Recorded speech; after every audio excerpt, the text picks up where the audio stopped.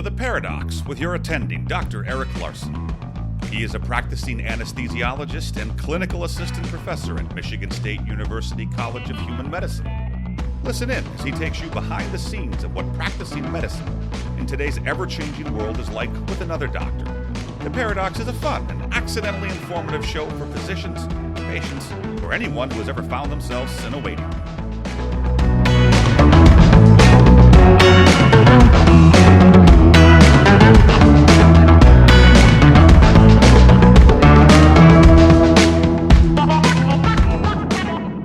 I'm here with my friends, Charles Kroll and Elizabeth Tremblay.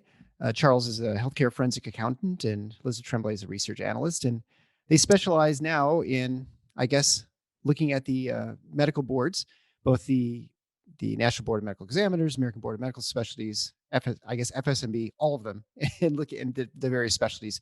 And so we're going to talk again. It's been since episode 126 when we had them on. We're going to discuss what they found since then. How are you guys doing? Doing well, thank you. Great. Well, why don't you go into, I guess, what things have changed since we spoke? It's been almost 8 months now, or maybe 9 months since we last spoke. What have you found that's new with the medical boards?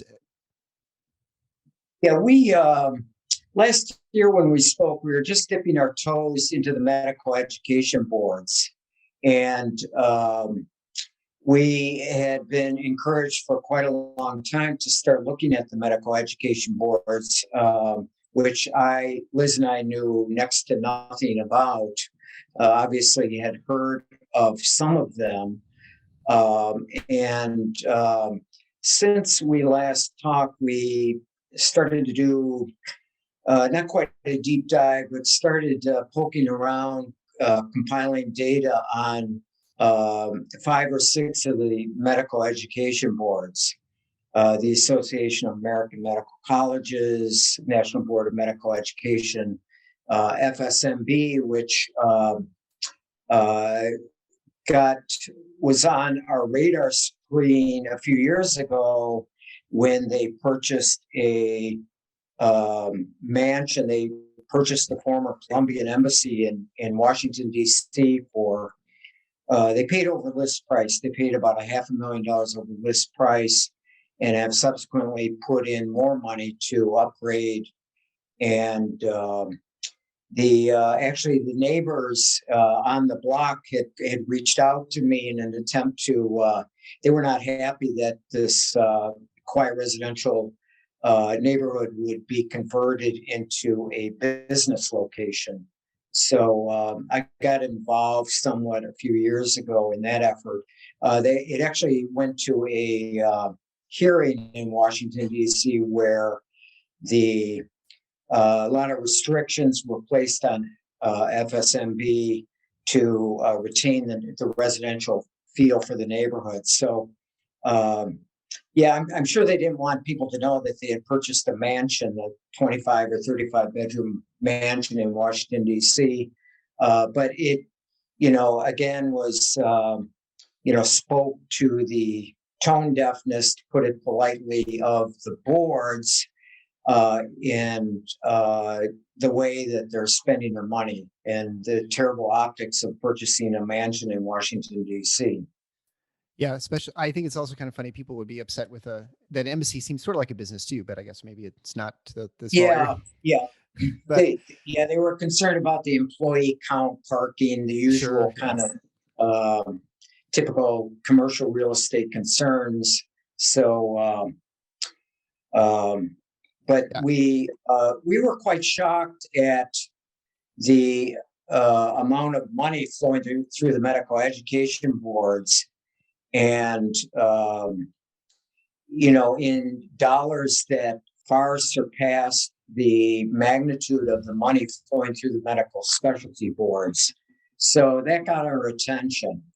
And we acquired a fairly large medical student following on Twitter, and they were very upset about information that was being disclosed regarding the various boards, and feeling that they were being exploited.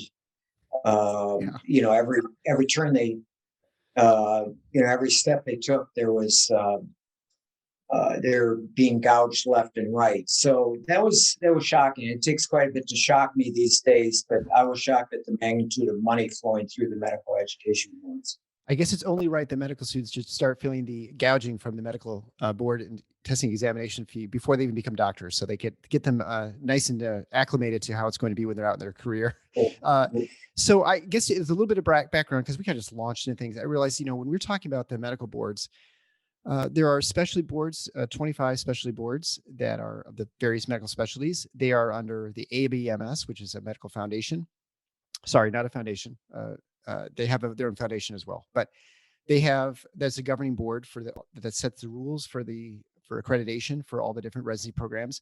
And then there are all these other alphabet soup sort of organizations, right? There's the NBME, which is the National Board of Medical Examinations for all the testing, like USMLE, I think, right? And probably the foreign medical boards as well. Yes. So all these testing things, there's AAMC, which is American Association of Medical Colleges, right? There's Educational Committee for Foreign Medical Grads, the federal state medical boards. There's all these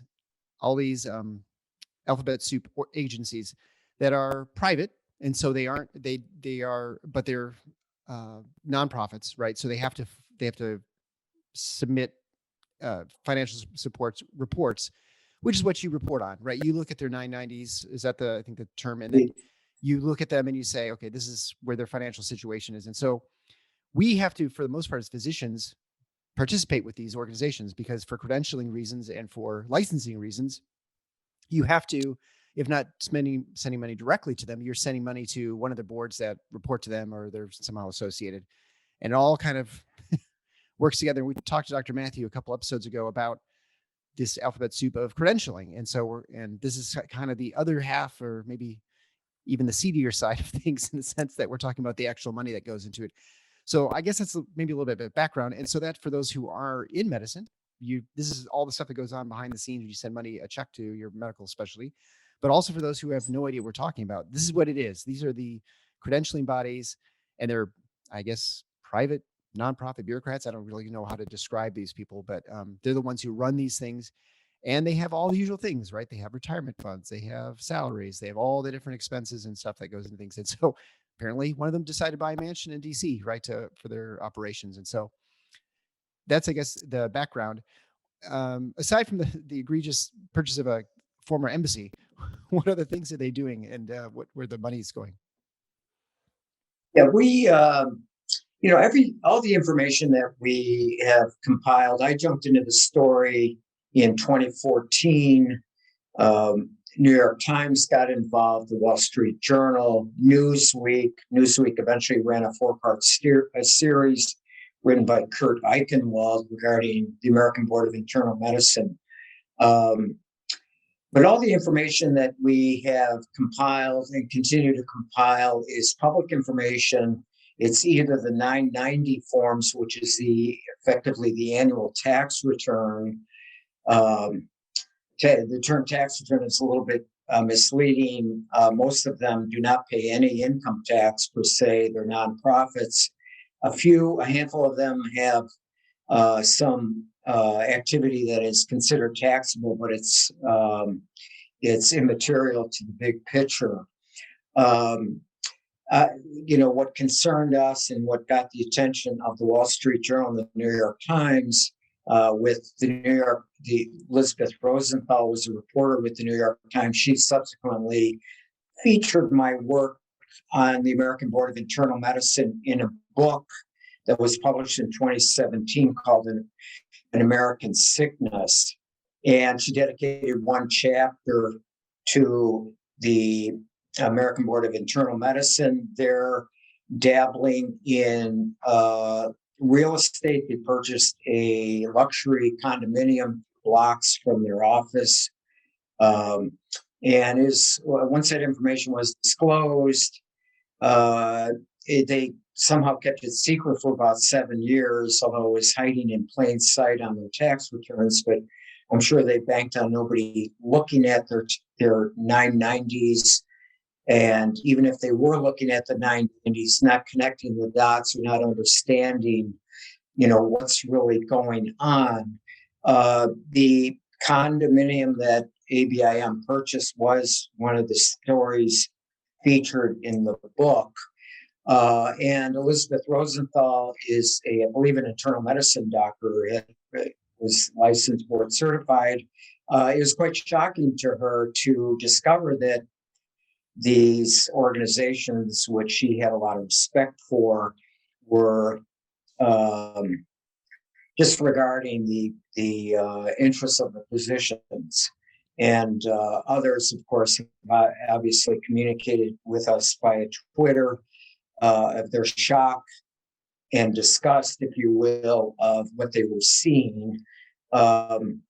Liz and I joined forces in 2018. We compiled a study of all 25 medical specialty boards and did a very comprehensive study. It's over a 40-page report of the various components of the boards: money coming in, compensation going out, retirement plan, money going out, real estate acquisitions, either through the board or the American Board of Family Medicine. I'm sure you have members in your audience that are sitting on the seat of their chair, waiting to hear any salacious stories about the American Board of Family Medicine. But there's some things going on with ABFM that is concerning to me, and speaking only as really a layperson, but obviously having relationships with family medicine docs over the years. They are shoveling tens of millions of dollars out the back door to a foundation. And this was disturbing to me, that money was being offloaded off the board. So effectively, cash is being taken off the books of the board, which is very convenient if if someone has questionable intentions. What is the purpose of setting up a foundation for a nonprofit organization? And so a number of the boards are dabbling in real estate. The American Board of Internal Medicine, through their foundation, made fairly substantial investment through a private partnership to the Cayman Islands. Excuse me. And I told Liz to turn her phone off, but This is the first time this has ever happened. Yes, right. Excuse me 1 second. So, the Cayman Islands investments, which you won't find, which is very risky, might be a violation of Pennsylvania nonprofit law. There's certain fiduciary responsibilities that nonprofits have in their investments. To me, I think to 99 out of 100 people, you ask on the street today if a Cayman Island investment is considered a prudent investment. So that story was very upsetting to the physicians, on top of the condo and all these other things that we've been finding. So there's, we've discovered a pattern of, questionable, not necessarily illegal. Don't mean to suggest that. I'm not an attorney. I'm not a tax attorney. I can't speak to the legality of the things that have been done, but it's just very upsetting. The optics are god awful in light of everything, and the rollout of the new maintenance of certification program in 2014. It certainly has reeks of financial chicanery, maybe is the best word to use, at the board. So we started looking at the medical education boards. We haven't done a deep dive on them. We have looked at some numbers at some of the boards: revenue, $1 billion, $2 billion over a 10-year period coming into a number of the boards. So there's a lot of money sloshing around, and creates, I think the term is moral hazard for those that feel that they might be able to do things, if they're not being watched, or if there's not someone paying attention, of making reckless financial decisions, which, for profit, I wouldn't be concerned about that, but I think there's a higher duty at these nonprofits to maintain some appearance of financial management propriety. Right. So when we're looking at this, we're talking about the specific medical boards, and they're nonprofits, so their revenue is limited to what they get in fees, I guess we'd say, right? So this is me sending my money in. If I'm a family medicine physician, I send my money to the board to maintain my certification. They keep track of it. They send it to hospitals. I mean, we know that they sell this data to many entities for various reasons. So that's, one revenue stream from them as well. But so they get that. That's their only revenue source for the most part. Obviously, they have other ways they're trying to make. They have probably some investments and things like that for where their cash is sitting on the side that they have. Most organizations do in the market or wherever. And then you have, as far as their payouts, they're paying their employee salaries and they're paying retirement, right? And so our concern, of course, is that maybe they got to a point where I guess there's also the foundations, but if it comes to their payout to retirements, can they cover retirement benefits? Are the retirement benefits too rich, right? And if not, are they going to have raise fees? Are they going to have to find some other alternative revenue source?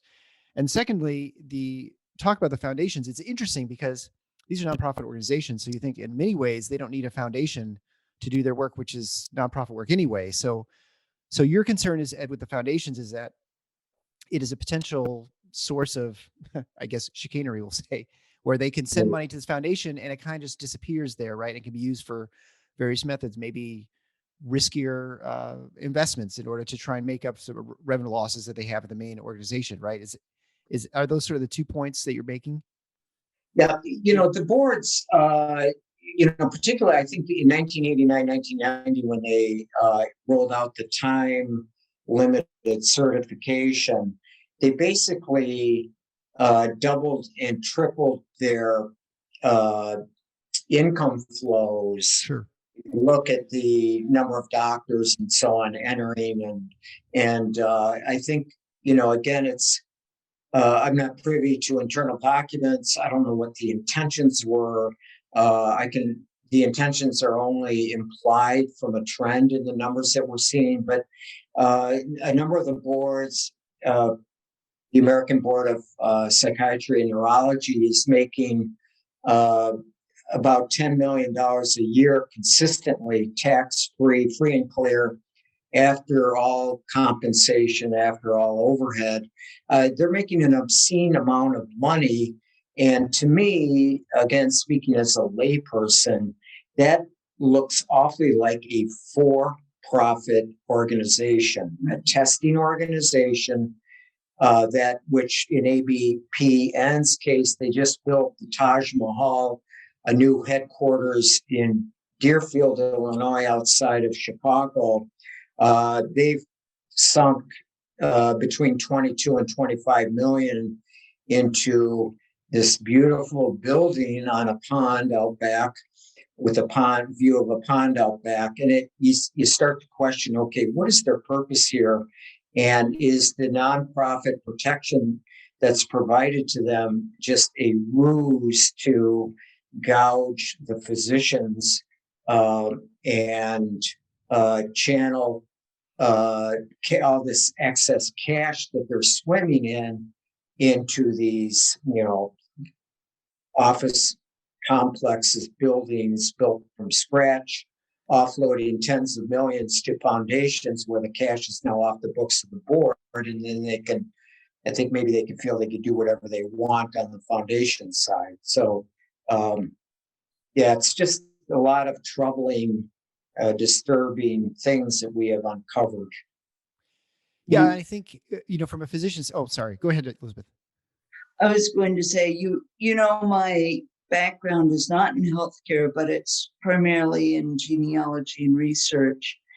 And I do look at the details of everything. I looking through the details of the numbers in these studies that we've done, you know, as far as retirement, my retirement plan is my children. And so I was shocked on an emotional level at the astounding sums I saw in these retirement funds. Yeah. Yeah. So I think, speaking as a physician, when you're sending your money in, you expect that. I mean, for the most part, it's a nonprofit, so you expect that what you're paying in is what is basically required in operations for maintaining the testing, maintaining whatever infrastructure it is that that pay the people to look at the tests and to make sure you're fulfilling all the various components that you required for the certification. We can disagree with what the requirements are for those things, and I think there are a lot of physicians who have a lot of problems with maintenance certification, like I talked about with Dr. Matthew.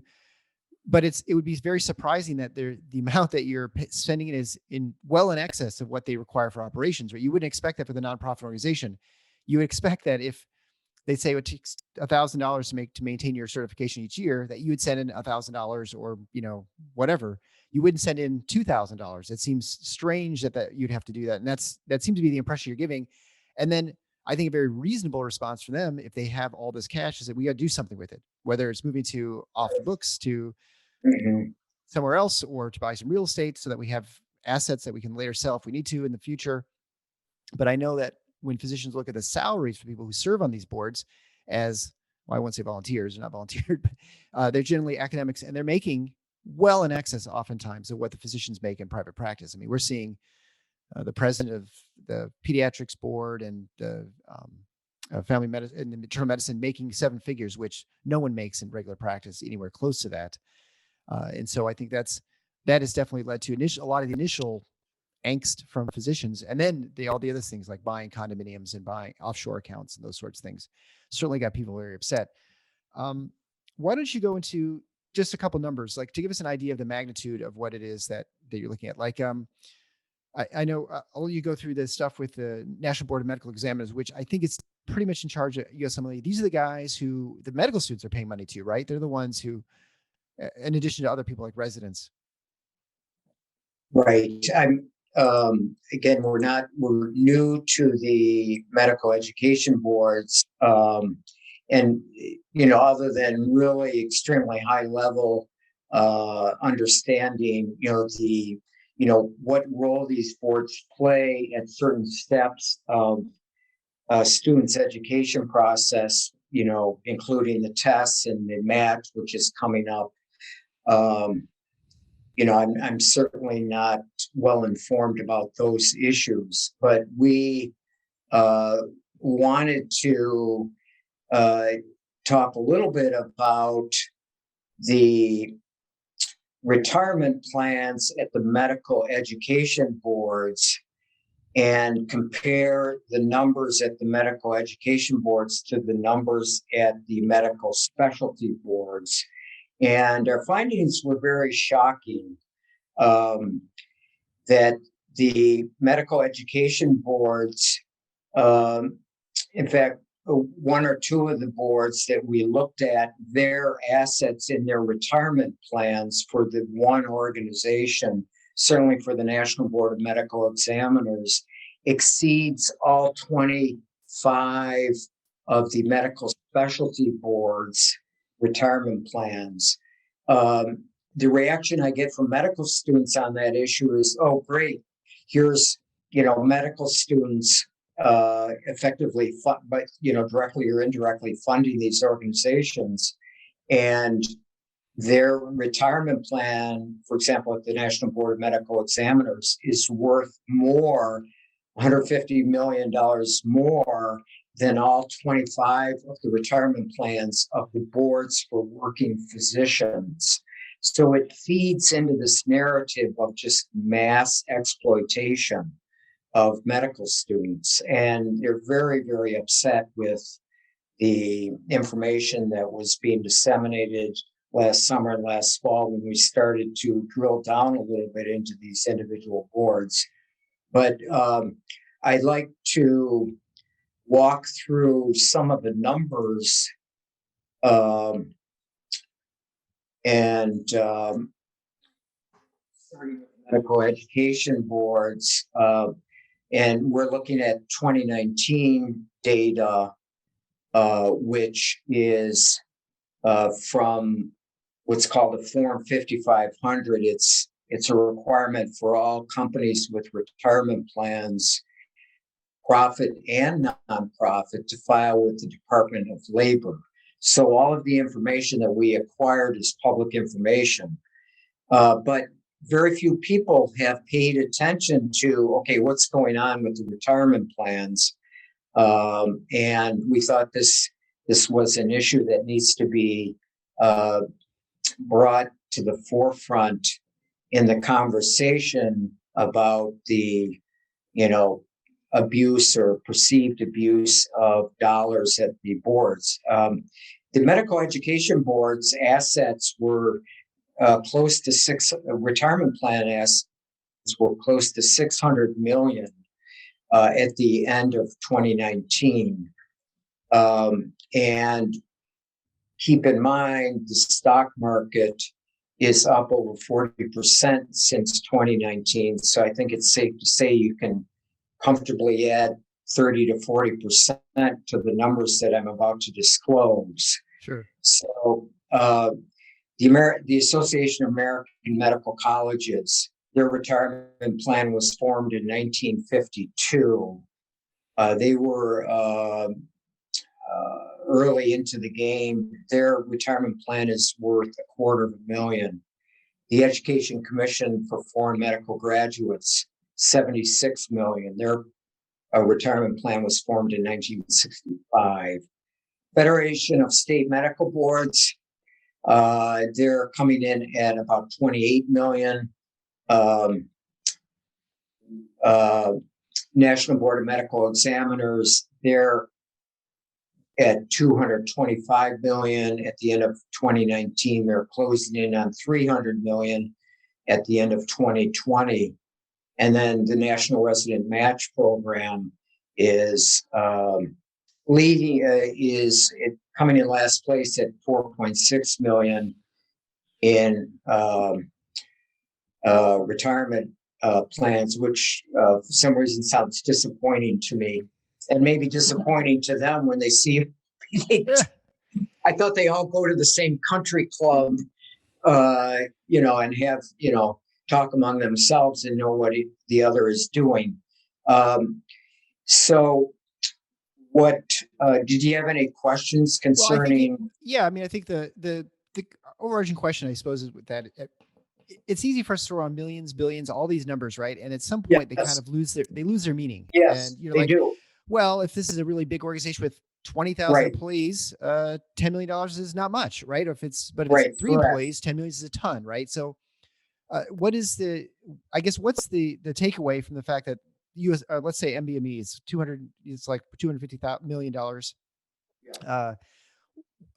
Do they have not enough? Do they have too much? I mean, what is the thing that we should be concerned about? I mean, these med students who have no choice, they'll pay whatever it costs to take these tests because you're already in the hole for about $250,000 in debt, student debt. Anyway, was another $1,000, and so the boards can charge whatever they want, right? And so, are they charging an appropriate amount? That's what the med students want to know, and that's what new physicians want to know.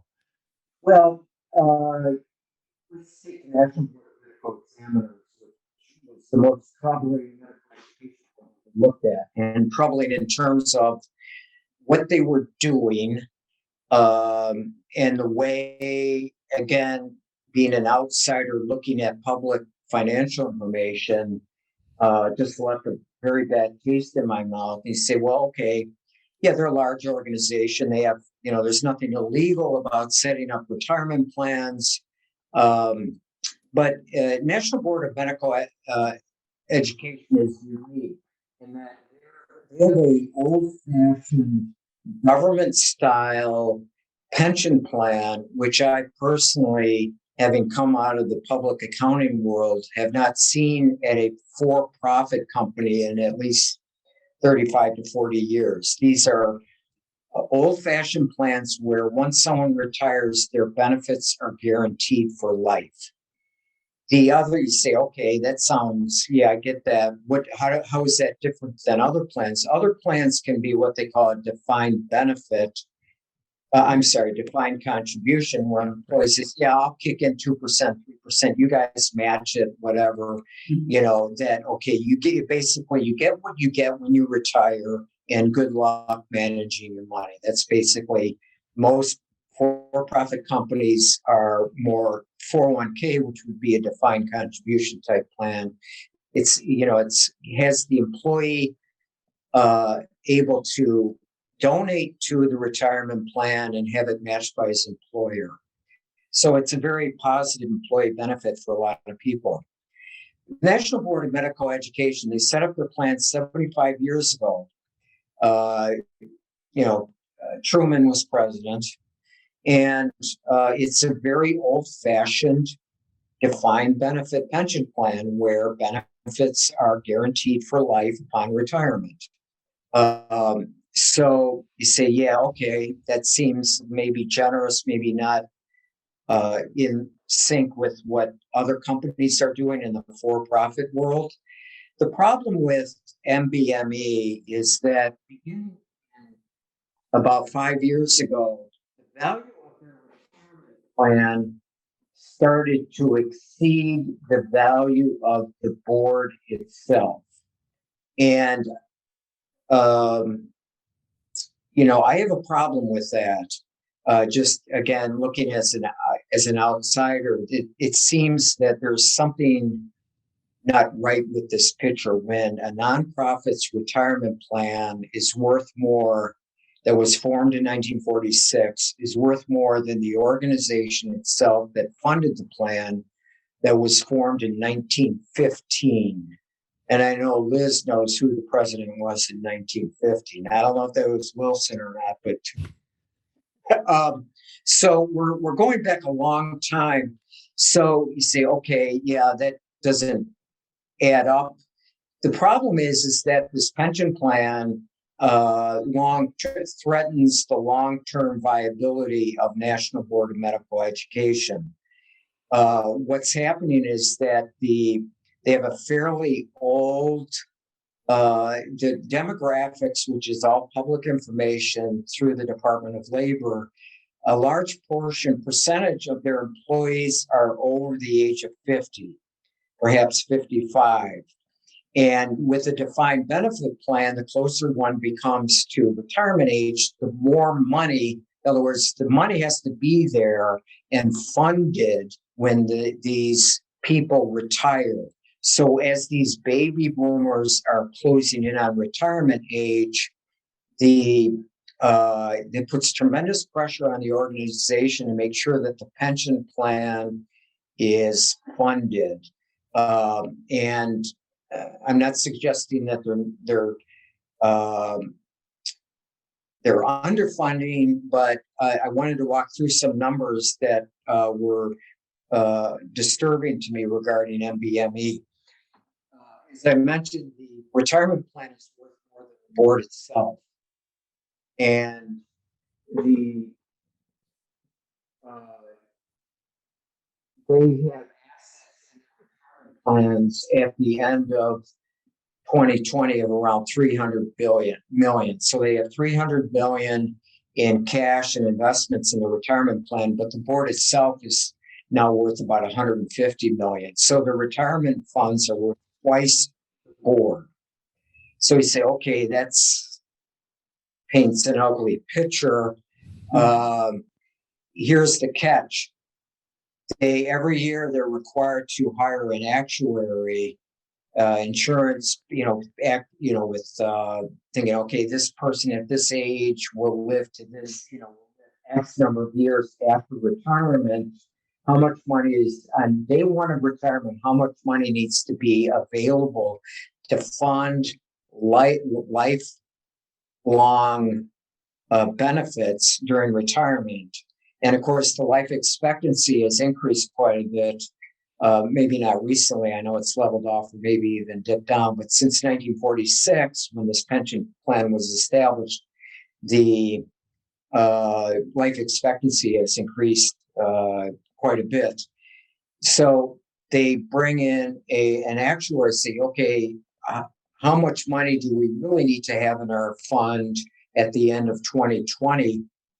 So if we were to shut down, close our doors, lock, board the windows up, how much money do we need to shell out to fund all these retirement benefits to our employees? And the actual number that they need to fund is $345 million. So it's called the present value of all these benefits. So you say, wait a minute, I thought you said they only have 300 million in their account, so they're 45 million short. They are $45 million short. You say, hey, isn't that illegal or something? No, actually, they're complying with Department of Labor funding mechanisms. They're kicking in bare minimum amounts per year to make sure they stay in compliance with Department of Labor retirement plan funding. So bottom line with the National Board of Medical Examiners is that if I was an outsider, if I was asked to advise the board, if I was sitting on the board, the first thing on the agenda would be, you have to kill this plan. Yeah. You must be done with this plan, and otherwise it's putting the long-term viability of MBME at risk, unless, and here's the catch that gets medical students upset, they're saying, hey, they're just going to jack our fees up so they can pay for the retirement of all these baby boomers. So it's not, the narrative is not a good one for them, and it's a public relations disaster for the National Board of Medical Examiners if the medical students knew what was really going on at the organization and why their fees keep increasing. Yeah. So I guess just in summary, you'd say that it, just like the most, when we had these defined benefit plans, people didn't live very long, right? So if you said we're going to start paying out at 65 or whenever, just like Social Security, right?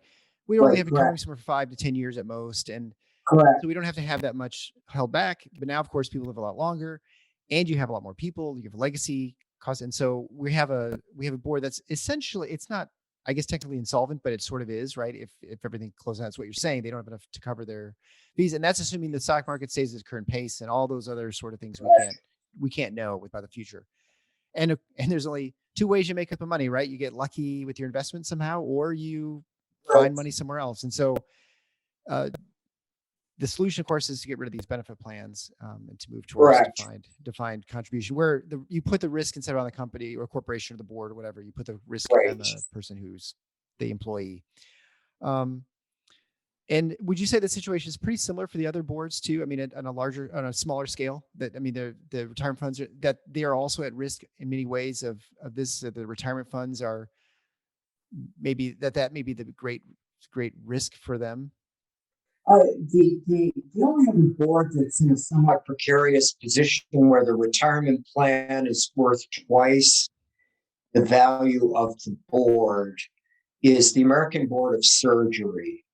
I don't know what's going on, if there's any surgeons that are familiar with what's going on at the American Board of Surgery, please contact me through Twitter.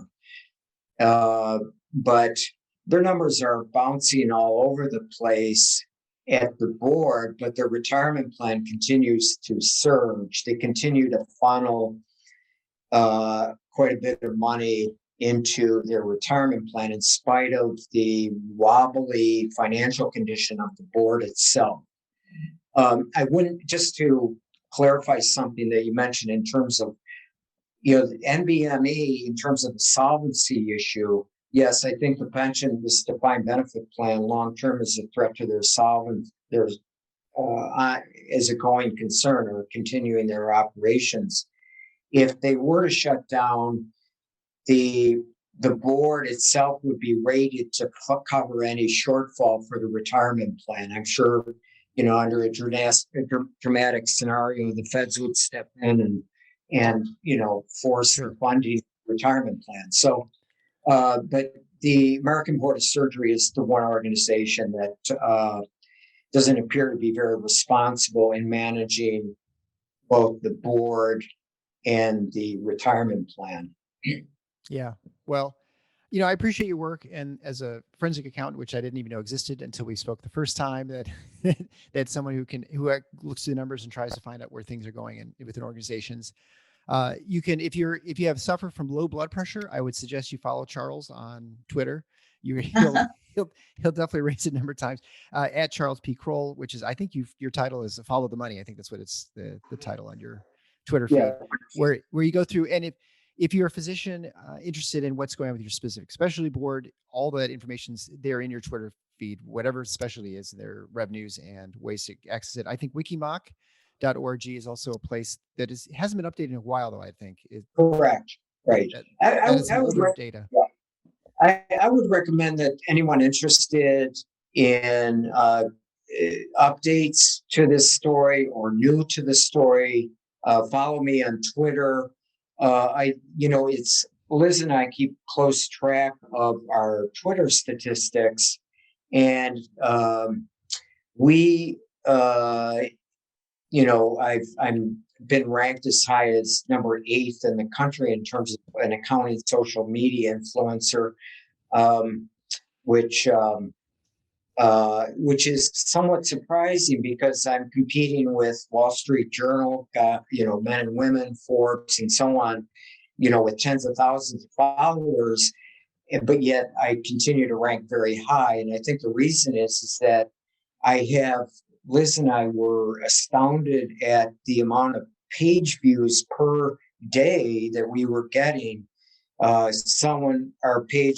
Twitter profile was being viewed every 60 to 90 seconds, but no one was following us. Now, I don't know what to read into that, but what we read into that is that the med students, practicing physicians, afraid of social media scrutiny by their employer or potential employer, in the case of medical students, creeping on their social media activity, and they're afraid to follow us. But they do follow us. They're tracking us. And so even though, we might get 3 to 4 new followers a week, but we have, 1,000, 2,000, whatever the number is, 3,000 profile views in a day, which is just mind-boggling. So I think the story is of great interest to a lot of people, but I think there's also, to the extent we can interpret this lack of followers in relation to the number of page views, is the fear factor out there, which is sad that, it is, that's the situation. Yeah, well, I think most of us recognize that there is a risk to having a trail on social media. Whether it's employment, residency positions, getting to medical school, whatever it might be. And so it's a sad state of affairs, but I guess it's the reality of things. Right. Well, Charles Kroll, Elizabeth Tremblay, thank you so much for being on the Paradox. Hope to have you back again when you dig up more stuff, which I'm sure there'll be plenty more. Thanks so much. Yeah, thank you very much. Thanks for listening to The Paradox. If you like what the doc is doing, please subscribe and leave a review on iTunes or Stitcher. And share the show with your friends. Become a supporting listener to get access to special bonuses at patreon.com/The Paradox. Show notes can be found at theparadox.com.